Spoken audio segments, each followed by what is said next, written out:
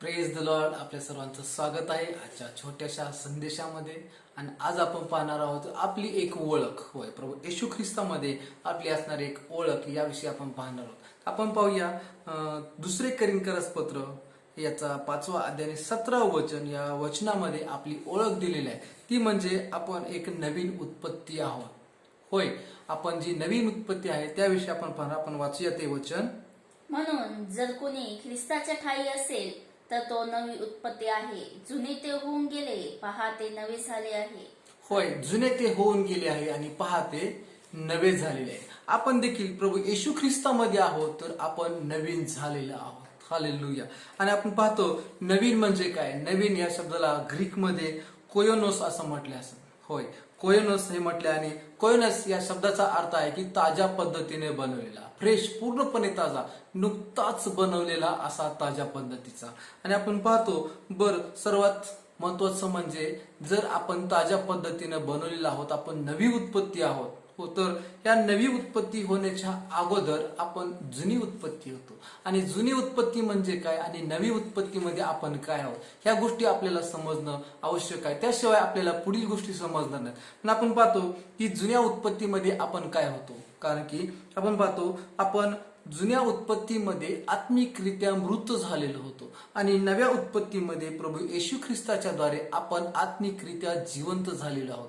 आणखीन पाहतो आपण की आपण जुन्या उत्पत्तीमध्ये आपण देहामध्ये जीवन जगत होतो, परंतु आज आपण पाहतो की येशूच्या द्वारे होय आपण पवित्र आत्म्याच्या द्वारे आपण आत्म्यामध्ये जीवन जगत आहोत. होय, आपण देहात नाही तर आपण आत्म्यामध्ये आपलं जीवन जगत आहोत. आणखीन पाहतो आपण की आपण पूर्वी जी जुनी उत्पत्ती होती आपली, त्या जुन्या उत्पत्तीमध्ये आपण अंधकारामध्ये आपलं जीवन जगत होतो, परंतु आपण आज येशू ख्रिस्ताच्याच द्वारे होय नवी उत्पत्ती झालेली आहोत. तर ह्या नव्या उत्पत्तीमध्ये आपण प्रकाशामध्ये चालणारे आहोत. आणखी आपण पाहतो की पूर्वीचं जी आपली जुनी उत्पत्ती होती ही आपण आदामाच्या परिवारामध्ये आपला जन्म झालेला होता, परंतु आज आपण येशू ख्रिस्ताच्या परिवारामध्ये आपला नव्या उत्पत्तीमध्ये आपला जन्म झालेला आहे. आणखीन पाहतो की आदाम हा आपलं मस्तक होता, परंतु आज नव्या उत्पत्तीमध्ये प्रभू येशू ख्रिस्त हे आपलं मस्तक आहे.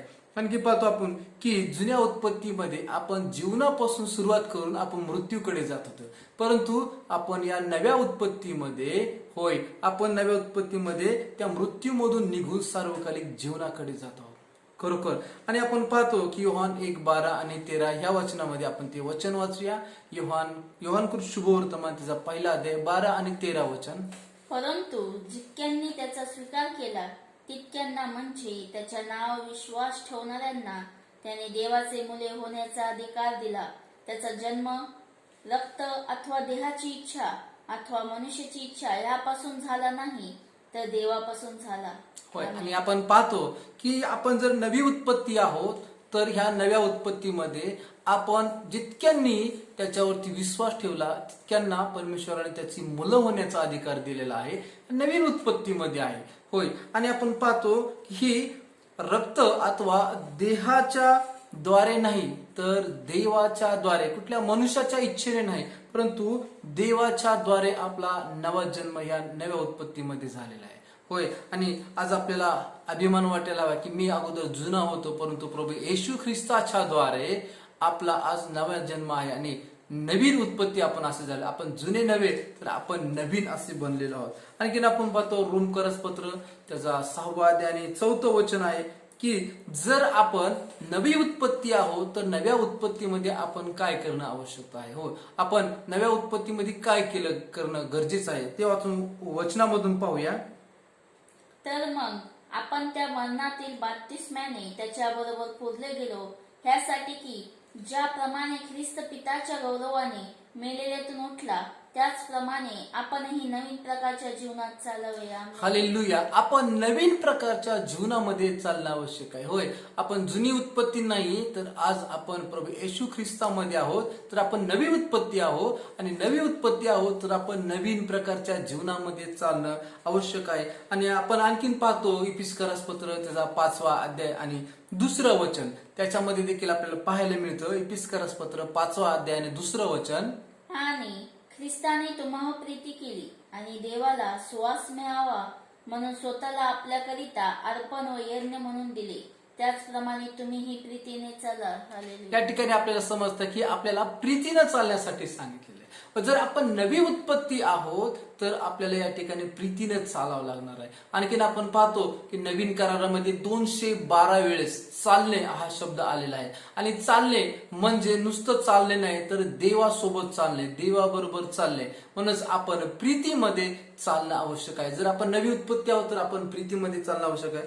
आणखीन आपण पाहतो त्याच्यामध्ये की आपण आता आपल्याला नवीन होण्याची आवश्यकता का होती. हो, कशामुळे आपण, कारण जुन्या उत्पत्तीमध्ये आपण काय होतो आणि नव्या उत्पत्तीमध्ये आपण काय आहोत. तर जुन्या उत्पत्तीमधून नव्या उत्पत्तीमध्ये येणं का आवश्यक आहे. होय, आपण जुनी उत्पत्ती होतो त्याला आपण सोडून प्रभू येशू ख्रिस्तामध्ये आलो आपण, आणि ख्रिस्तामध्ये आपण नवी उत्पत्ती आहोत. तर याची गरज काय आहे, याची काय आवश्यकता आहे ते आपण वचनामधून पाहणार आहोत की आपल्याला त्याची आवश्यकता काय आहे. आपण वाचूया इफिस्करास पत्र त्याचा 2 अध्याय 1, 2 आणि 3 वचन. इफिस्करास पत्र त्याचा 2 अध्याय आणि त्याचं वचन 1, 2 आणि 3.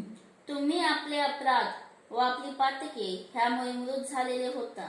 त्या पातकामध्ये तुम्ही पूर्वी चालत होता, अर्थात ह्या जगाच्या राहटीप्रमाणे अंतरिक्षातील राजाच्या अधिपती म्हणजे आज्ञा मोडणाऱ्या लोकात आता कार्य करणाऱ्या आत्म्याचा अधिपती ह्याच्या धोरणाप्रमाणे चालत होता. आणि त्या लोकात आम्हीही सर्व पूर्वी आपल्या दैहिक वासनांना अनुरूप असे वागलो, आपल्या देहाच्या व मनाच्या इच्छेप्रमाणे करीत होतो व स्वभावता इतरांप्रमाणे क्रोधाची प्रजा होतो.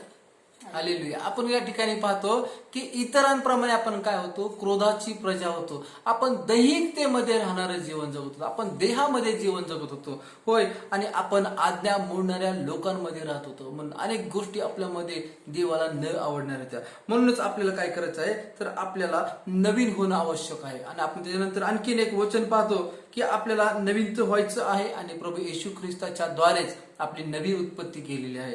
हो, आणखीन इफिस्करास पत्र त्याचा 4 अध्याय 22, 23 आणि 24 वचन आपण पाहतो. त्याच्यामध्ये आपल्याला एक नवी मनोवृत्ती आपल्याला धारण करायची आहे. होय, कारण की आपण आपल्या जुन्या मनुष्याचा त्याग करणं आवश्यक आहे. आपण वाचूया ते वचन इफिस्करास पत्र 4 अध्याय 22, 23 आणि 24. ते असे की तुमच्या पूर्वीच्या आचरणासंबंधी जो जुना मनुष्य, होय, जुना मनुष्य जो आहे आपल्यामध्ये त्याचा त्याग करणं आवश्यक आहे. पुढे त्याचा तुम्ही त्याग करावा. तो कपटाच्या वासनाने युक्त असून, जुना मनुष्य हा कपटाच्या वासनांनी युक्त असा होता, म्हणून त्याचा त्याग करायचा आहे आपल्याला. आणखी आणि त्याचा नाश होत आहे. आणि त्या जुन्या मनुष्याचा नाश होत आहे. आणि तुम्ही आपल्या मनोवृत्तीत नवे केले जावे. आपली मनोवृत्ती नवीन होणं आवश्यक आहे. जर आपण प्रभू येशू ख्रिस्तामध्ये नवी उत्पत्ती आहोत तर ही जुनी मनोवृत्ती आपल्याला पूर्णपणे काढून टाकायची आहे. जुन्या मनुष्याचा देखील आपल्याला काय करायचा, पूर्णपणे त्याग करायचा आहे. आणखीन आपण पाहतो, आपण जर नव्या निर्मितीमध्ये आहे तर नव्या निर्मितीमध्ये आपण आत्मिकरित्या जिवंत असे आहोत. होय, जुन्या निर्मितीमध्ये आपण आत्मिकरित्या मृत असे होतो, पण आज आपण नव्या निर्मितीमध्ये आहोत. तर नव्या निर्मितीमध्ये आपण काय आहोत, आत्मिकरित्या आपल्याला जिवंतपणा आपल्यामध्ये आहे. आपण पाहतो कलोस्येकरास पत्र त्याचा 2 अध्याय आणि 13व वचन. या वचनामध्ये आपल्याला काय केलं आहे, जिवंत केलेलं आहे आणि आपल्याला पापाची क्षमा देखील मिळाली. आपण वाचूया ते वचन कलोस्येकरास पत्र 2 अध्याय आणि 13व वचन. जे तुम्ही आपल्या अपराधांनी व देह स्वभावाची सुनता न झाल्याने मेलेले होता, त्या तो महास्त्याने त्याच्याबरोबर जिवंत केले आणि त्याने आपल्या सर्व अपराधाची क्षमा केली. या ठिकाणी आपण पाहतो की आपल्या सर्व अपराधांची प्रभू येशू ख्रिस्ताने काय केली, आपल्याला क्षमा केलेली आहे. आपण पूर्वी म्हणजे जुन्या मनुष्यात आपण मृत लोकांमध्ये राहत होतो आणि आपल्याला त्या सर्व गोष्टींमधनं आपल्याला पुन्हा आत्मिकरित्या जिवंत केले गेले आहे आणि आपल्या सर्व पापांची अपराधांची क्षमा प्रभू येशू ख्रिस्ताने आपल्याला केलेली आहे. आणि म्हणून जर आपल्याला आत्मिकरित्या जिवंत केलेलं आहे तर आपण पुढे पाहूया की करिंथीकर 2 पत्र त्याचा 5वा अध्याय आणि 18व वचन. जर आपण आत्मिकरित्या जिवंत केलेलं आहोत म्हणून आपल्याला काय प्राप्त होतं देवापासून, ही सगळी देवाची करणी आहे. ही सर्व देवाची करणी आहे. त्याने स्वतः बरोबर आपला समेट ख्रिस्ताच्या द्वारे केला. त्या परमेश्वरानं त्याच्या स्वतःबरोबर आपला समेट येशू ख्रिस्ताच्या द्वारे केलेला आहे आणि समेटाची सेवा आम्हाला दिली. आणि समेटाची सेवा आपल्याला दिलेली आहे. किती सुंदर सेवा दिलेली आहे. जर आपण आत्मिकरित्या जिवंत आहोत तर आपल्याला समेटाची सेवा दिलेली आहे. प्रभू येशू ख्रिस्ताने आपला आणि परमेश्वरचा समेट घडवून दिला. आज आपण देखील अनेक लोकांचा देवासोबत समेट घडवून येतो. आपण प्रार्थना विनंती देवाकडे करत असतो. आपण मध्यस्थीची सेवा ही आपल्याला परमेश्वराने दिलेली आहे, कारण आपण आत्मिकरित्या जिवंत आहोत. जे आत्मिकरित्या जिवंत आहेत तेच ही समेटाची सेवा करू शकतात. आणखीन आपण पाहतो पुढं, आता जर आपण आत्मिकरित्या जिवंत आहोत तर आपल्या शरीरामध्ये पवित्र आत्म्याचं दैवी जीवन कार्य चालू झालेलं आहे. होय, परमेश्वरानं आपल्याला एक खरोखर जर आपण नवी उत्पत्ती आहोत तर आपल्यामध्ये हे देखील एक कार्य आणि ते दैवी जीवन कार्य आहे. आणि ते बी कोणतं तर पवित्र आत्म्याचं दैवी जीवन कार्य आपल्यामध्ये चालू लागलं आहे. आपण पाहतो रोमकार्स पत्र 8वा अध्याय आणि त्याचं 11 वचन. त्या वचनात आपण पाहतो की मर्त्य शरीर देखील काय होणार आहे, जिवंत करणारं सामर्थ्य. या ठिकाणी आपण वाचूया ते वचन, रोमकार्स पत्र 8वा अध्याय आणि 11वं वचन. ज्याने येशूला मेलेल्यातून उठवले त्याचा आत्मा जर तुम्हामध्ये वस्ती करतो, तर ज्याने ख्रिस्त येशूला मेलेल्यातून उठवले तो तुम्हामध्ये वस्ती करणाऱ्या आपल्या आत्म्याने तुमची मर्त्य शरीरही जिवंत करील. आमेन आमेन. सुंदर वचन आहे. जर तो आत्मा प्रभू येशू ख्रिस्ताला मृतामधून जिवंत करतो तर तोच आत्मा आज आपल्यामध्ये वस्ती करत आहे. तर तो आत्मा आपल्यामध्ये वस्ती करत आहे जो मृताला जिवंत करतो, तर तोच आत्मा आपल्याद्वारे मृताला देखील जिवंत करणार, मर्त्य शरीर देखील तो काय करणार आहे, जिवंत करणार.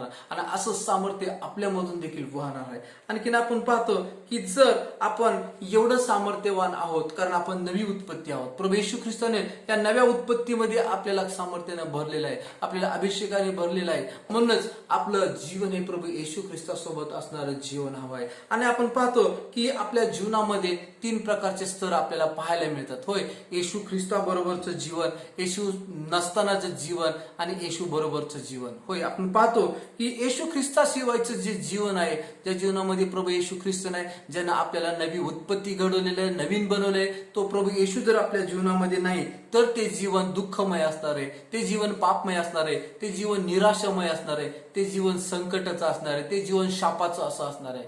होय, म्हणून तर पौल म्हणतो, होय, जगणे मला ख्रिस्त आहे आणि मरणे मला लाभ आहे. जर मी जिवंत राहिलो तर मी प्रभू येशू ख्रिस्तच गाजवणार आहे, आणि जरी मेलो तरी मला तो लाभ आहे, म्हणजे तो सार्वकालिक जीवनात जाण्याची त्याला खात्री आहे. होय, आणि हे येशू बरोबरचं जीवन असणं आवश्यक आहे. आणि हे ख्रिस्ताशिवायचं जे जीवन आहे ते पूर्णपणे म्हणजे नाशाकडे जाणारं जीवन आहे. आणखी आपण दुसरा स्तर पाहतो, अनेकांच्या जीवनामध्ये हे स्तर असतात. आणखी पाहतो ख्रिस्तामधील जीवन, प्रभू येशू ख्रिस्तामध्ये. आज आपण प्रभू येशू ख्रिस्तामध्ये नवी उत्पत्ती आहोत, आणि जर नवी उत्पत्ती आहोत आपलं ख्रिस्ताबरोबरचं जीवन, त्या जीवनात आपल्याला आशीर्वाद आहेत, आपल्याला कृपा आहे, आपल्याला शांती आहे, आपल्याला भरभराट आहे.